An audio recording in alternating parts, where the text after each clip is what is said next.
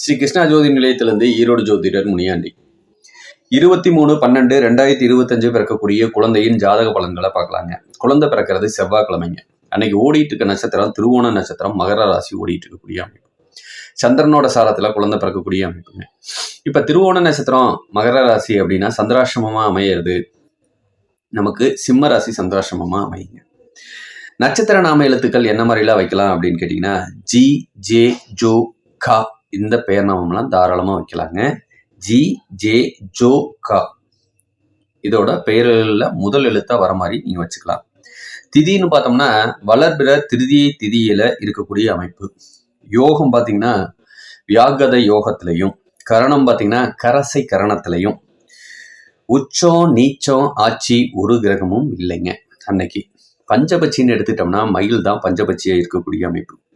குபேர புள்ளி அப்படின்னு பார்த்தோம்னா மூல நட்சத்திரம் 4ஆம் பாதம் தனுசு ராசியிலையும், அதிர்ஷ்ட புள்ளி கிருத்திக நட்சத்திரம் 4ஆம் பாதம் ரிஷப ராசியிலையும், துரதிர்ஷ்ட புள்ளி ரோகிணி நட்சத்திர 1ஆம் பாதம் ரிஷப ராசியிலையுமே அமையக்கூடிய அமைப்பு நல்லா இருக்குங்க. திருவோண நட்சத்திரத்துல குழந்தை பிறக்கிறதுனால எடுத்தவனையும் சந்திரன் தான் தசாபுத்தி நடத்துவாங்க. அப்போனா சந்திர தசை நடக்குங்க. இந்த சந்திரனுக்கு யார் பாதகமாக வரா அப்படிங்கிறத நம்ம பார்க்கணும். பாதகமாக வரக்கூடிய லக்னங்கள் என்ன அப்படின்னா மகர லக்னமும் கும்ப லக்னமும் சந்திரனுக்கு பாதகமாக வந்து சேரும். தனுசு லக்னமும் பார்த்தீங்கன்னா சந்திரனுக்கு 8ஆம் அதிபதியாக வந்து சேருவாங்க. இந்த 3 லக்னத்தில் எடுக்காமல் இருக்கிறது சிறப்புங்க. சரி, அடுத்தது வர்றது பார்த்தீங்கன்னா செவ்வாய் திசை வருதுங்க. இந்த செவ்வாய் பார்த்தீங்கன்னா மூல நட்சத்திரம் கேதுவோட சாரத்தில் தான் உட்கார்ந்துருக்காங்க. அப்போனா ராகு கேது தோஷம் இருக்கிற மாதிரியும் எடுத்தாலும் பின்னும் பிறவும் பாதிப்பை கொடுக்கும். அப்படிங்கிற காரணத்தினால ஏற்கனவே 3 லக்னம் பாதிக்குது, இன்னும் 2 லக்னம் சேர்த்தி பாதிக்கிறாங்க. என்னென்ன கடக லக்னமும் சிம்ம லக்னம், இந்த 2 லக்னம் சேர்த்தி பாதிக்குது. மொத்தம் பார்த்தீங்கன்னா 5 லக்னம் பாதிப்புக்கு உண்டாகிறாங்க. இந்த 5 லக்னம் என்னென்ன அப்படிங்கிறதையும் நான் மறுபடியும் சொல்லிடுறேன். கடகம், சிம்மம், தனுசு, மகரம், கும்பம் இந்த 5 லக்னம் பாதிக்கப்படுதுங்க. சரிங்களா? சரி, இது பாதிக்கப்படுற நேரத்தில் குழந்தைகளுக்கு எது நம்ம ஆப்ரேஷன் பண்ணி எடுக்கிற மாதிரி இருந்தாலோ இல்லை சுபப்பிரசவமாக ஆனாலோ என்ன மாதிரி பாதிப்புகளை கொடுப்பாங்க அப்படிங்கிறது நமக்கு வேணும். ஒன்று, தந்தைக்கு கடன், நோய், வம்பு வழக்கு பிரச்சனை, தீராத கோர்ட்டு கேஸை கொடுக்கும். கணவன் மனைவிக்கு இடையில, அதாவது குழந்தையோட அம்மா அப்பாவுக்கு இடையில வேண்டாத சண்டையும் பிரச்சனையும் பிரிவையும் போய் கொடுக்கக்கூடிய அமைப்பு. சில பேர் பார்த்தீங்கன்னா நாங்கள் தூரதேச பயணம் போகிறோம் அப்படின்னு சொல்லி ஒன்று ஊர் விட்டு தள்ளி போய் வாழ்வாங்க, தேசம் விட்டு தள்ளி போய் வாழ்வாங்க. அப்படின்னா வெளியூர் வெளிநாடு வாழ்க்கையை கொடுக்கக்கூடிய அமைப்பு இது ஏற்படுத்திடுவாங்க அப்படிங்கிறதையும் நம்ம புரிஞ்சுக்கோணும். முடிஞ்ச வரைக்கும் பார்த்தீங்க அப்படி சொன்னோம்னா இந்த 5 லக்கணத்தில் அமையாமல் பிறக்காமல் இருக்கிறதும் சிறப்பு தான். சரிங்களா? இது மட்டும் இல்லாமல் வேற என்னென்ன இருக்குது அப்படின்னு பார்த்தோம்னா இது ஒரு பெண் குழந்தையா பிறக்கிறத நம்ம வச்சுக்கிட்டோம்னாலும் அதிகாரத்துக்கு சொந்தக்காரி, தலக்கணம் பிடிச்ச பிள்ளையா இருப்பாங்க, நல்ல புத்திசாலித்தனத்துக்கு சொந்தக்காரங்களா இருப்பாங்க, நல்ல ஒரு ஆசிரியராக இருக்கக்கூடிய தன்மையும் அவங்களுக்கு உண்டு.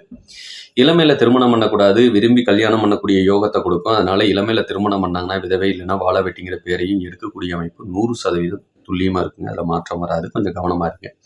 கணவன் அரசு சம்பந்தப்பட்ட வேலையில் இருக்கக்கூடிய கணவனை கொடுக்கலாம். பின்னும் பிறவும் இதயம் சம்பந்தப்பட்ட பிரச்சனையை கொஞ்சம் கொடுக்கலாம். முதுகு தண்டுவட பிரச்சனையோ, பீரியட் சம்பந்தப்பட்ட பிரச்சனையோ, வயிற்று வலி சம்பந்தப்பட்ட கோளாறுகளோ ஏற்படும் அப்படிங்கிறதையும் புரிஞ்சுக்கலாம்.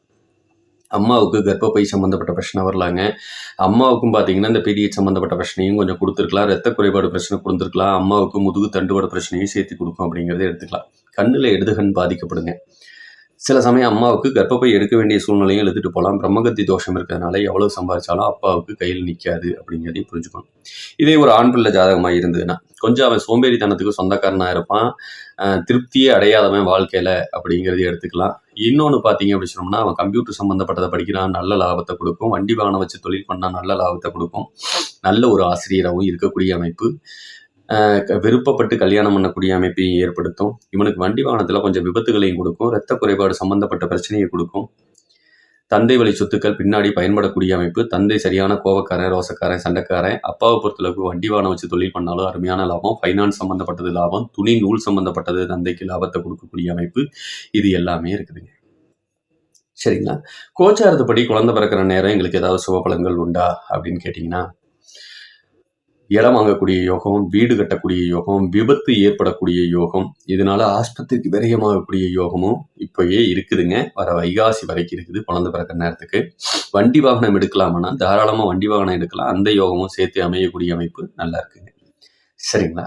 இது மட்டும் இல்லாமல் மேலும் உங்களுக்கு வேறு தகவல், ஏன்னா குழந்தை பிறக்கிற நேரத்தில் இந்த டைமில் தான் குழந்தை பிறந்திருக்காங்கன்னு சொல்லி கூட எங்களுக்கு அனுப்புனீங்கன்னா நான் உங்களுக்கு துல்லியமாகவே பார்த்துட்டு சொல்லிடுவோம். குழந்தை பிறக்கிற நேரம் எப்படி இருக்குது, பெண்ணும் பிறகு குழந்தையோட வாழ்க்கை எப்படி இருக்குன்னு இன்னும் டைமிங் இருந்ததுன்னா துல்லியமாகவே சொல்லலாம் அப்படிங்கிறதே சொல்லிக்கிறேன்.